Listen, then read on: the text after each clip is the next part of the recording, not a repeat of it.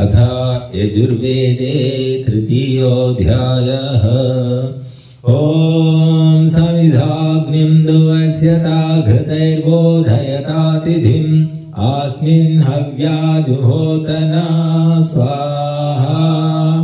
ॐ सुसमिधाय शोचिषे घृतं तीव्रं जुहोतन अग्नये जातवेदसे स्वाहा।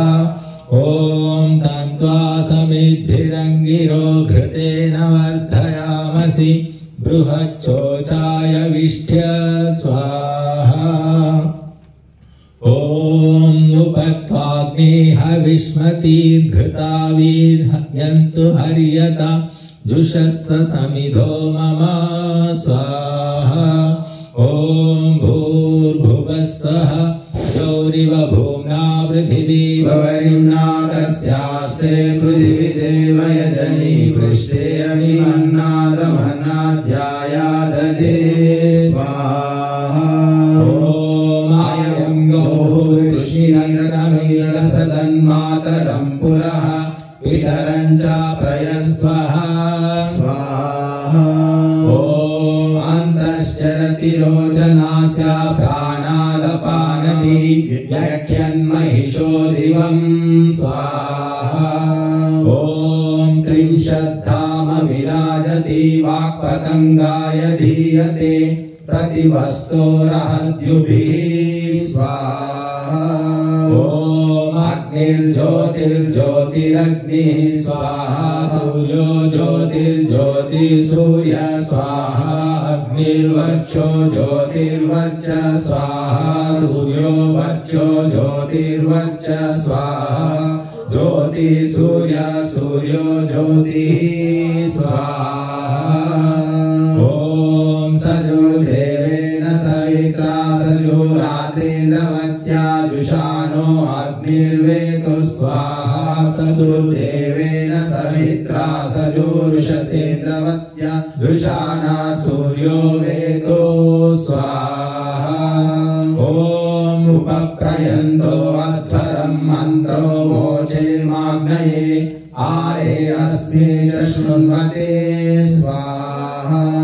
ॐ अग्निर्मूर्धा दिवः ककुत्पतिः पृथिव्या अयम् अपां रेतांसि जिन्वति स्वाहा।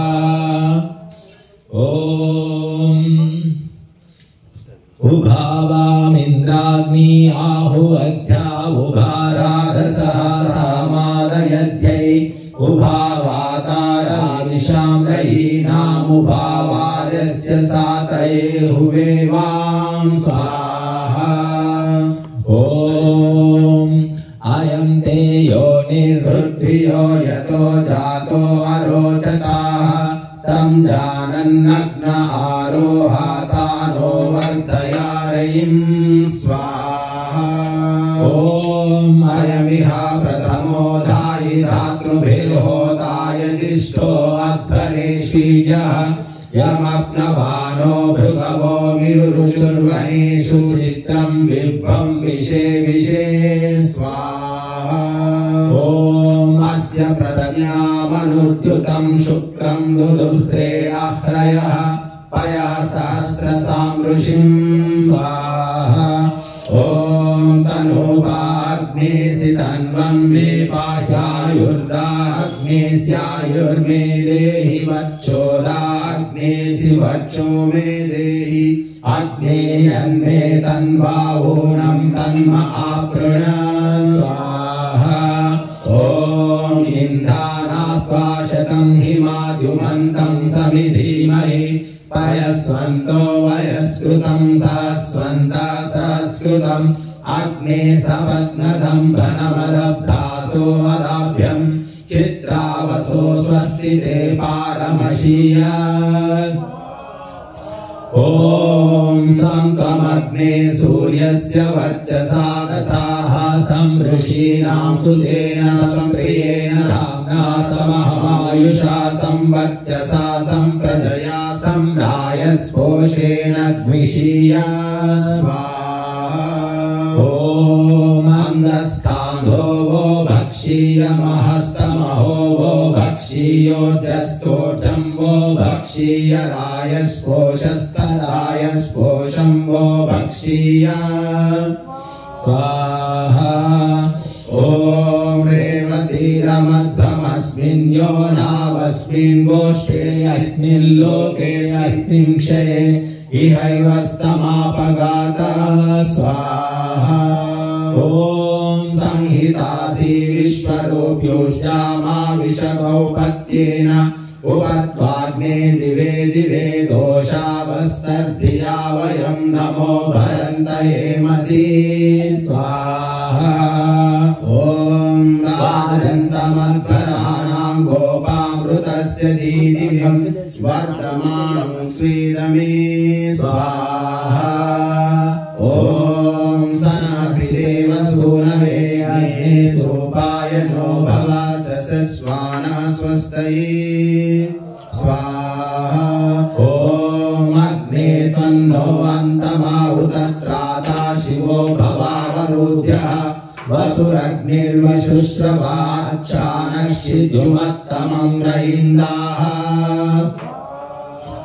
ॐ तन्त्वाशोचिष्टदीदिवः सुम्नाय नूनमीमहे सखिभ्यः स नो बोधिश्रुति हवमुरुष्यानो अघायतः समस्मात् स्वाहा ॐ इडये हरितये हि काम्याये तमयैव कामधरणं भूयात् स्वाहा ॐ सोमानं स्वर्णं गृणे ब्रह्मणस्पते कक्षीवन्तं याओषधः स्वाहा ॐ यो एवान्यो अमीवः वसुवित्पुष्टिवर्धनः सनासि शक्तुयस्तुरः स्वाहा ॐ मानाशंसो हररुषो धूर्ति प्रणन्मत्यस्य रक्षाणो ब्रह्मणस्पते स्वाहा ॐ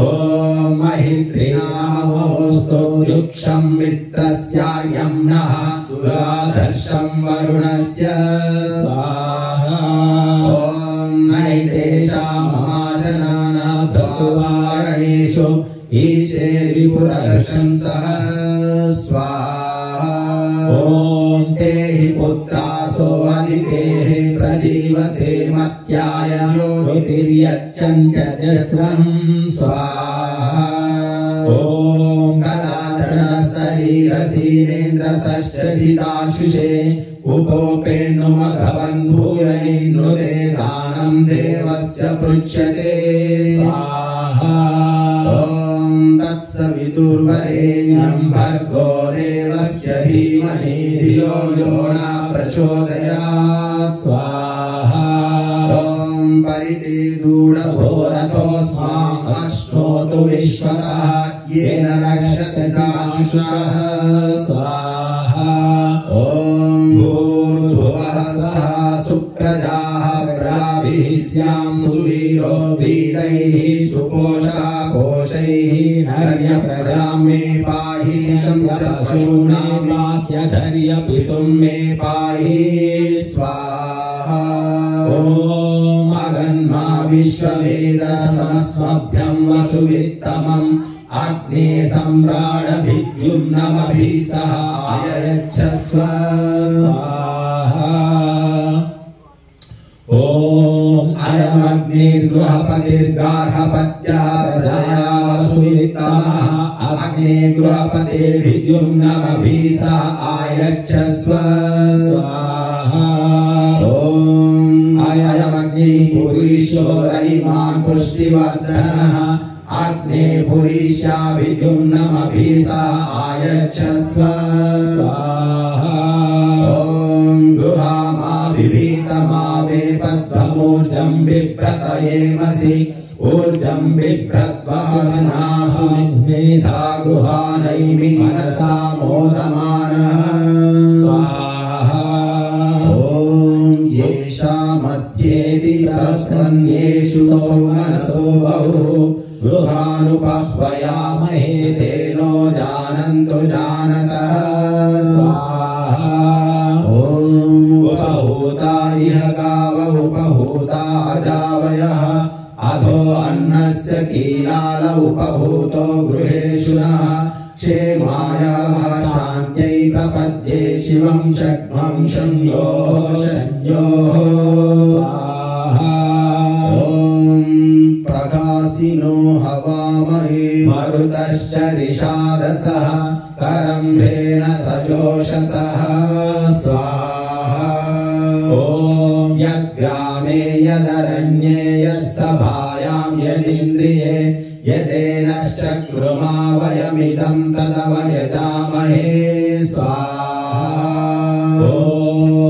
ॐ शोण इन्द्रात्रा पृत्सु देवैरस्ति हिष्मादे शुष्मन्नवयाः महिश्चिद्यस्य मीढुषो यव्याः विष्मतो मरुतो वन्दते गीः स्वाहा अक्रन् कर्म कर्म कृतः सा वाचा मयो भुवा देवेभ्यः कर्म कृत्वा सम्प्रेतस चाभुव स्वाहा ॐ अवभृजानि चं पुनानि चेरुरसि चं पुनः अवदेवै देवकृतमेनो यासि शमभमर्त्यै मर्त्यकृतं पुरुरावनो देवरिषस्पाहि ॐ पूर्णादर्वी परापता सुपूर्णा पुनरापता वस्नेव विक्रीणावहायिषमूर्जं शतक्रतो स्वाहा ॐ देहि मे ददामि ते निमे देहि ते ददे निहारं च वरासि मे निहारं निहाराणि ते स्वाहा ॐ अक्षन्न विमदन्तह्यमप्रिया भूषत अस्तोषत स्वभानवो विप्रानविष्टयामति योजान्विन्द्रते हरि स्वाहा ॐ सुसन्दृशं त्वा वयं भगवन् वन्दिषीमहि प्रसोनं पूर्णबन्धुरस्तुतो यासि वशा अनुयोजान्विन्द्रते हरि स्वाहा ॐ मनोन्वामहे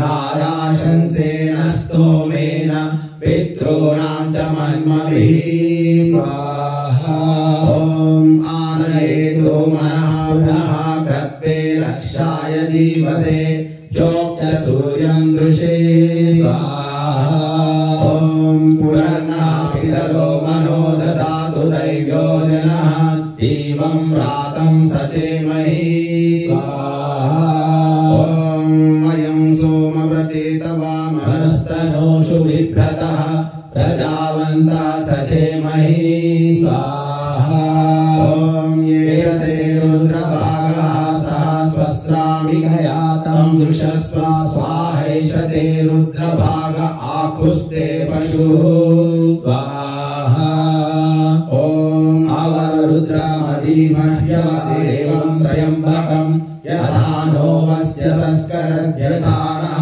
श्रेयसंस्करद्यथानो व्यवसाययात् स्वाहा ॐ भेषजमसि भेषजं गवेश्वाय पुरुषाय भेषजं सुखं मेषाय मेष्यै स्वाहा ॐ त्र्यम्बकं यजामहे सुगन्धिं पुष्टिवर्धनं उर्वारुकमिव बन्धनान् मृत्योर्मुक्षीरमामृता त्र्यम्बकं यजामहे सुगन्धिं पतिवेदनं उर्वारुकमिव बन्धनादितो मुक्षीयमामृतः स्वाहा ॐ ये तत्ते रुद्रावसन्तेन परो मूजवतोतिः अवतत धन्वा पिनाकवसः वृत्तिवासा अहिंसना शिवोतिः स्वाहा ॐ त्रायुषं जमदग्नेः कश्यपस्य त्रायुषं यद्देवेषु त्रायुषं तन्नो अस्तु त्रायुषं स्वाहा ॐ शिवो नामासि स्वस्तिस्ते पिता नमस्ते अस्तु मामाहिंसीः निवर्तयाम्यायुषेन्नाद्याय प्रजननाय रायस्पोषाय सुप्रजास्त्वाय सुवीर्याय स्वाहा इति तृतीयोऽध्यायः। 3వ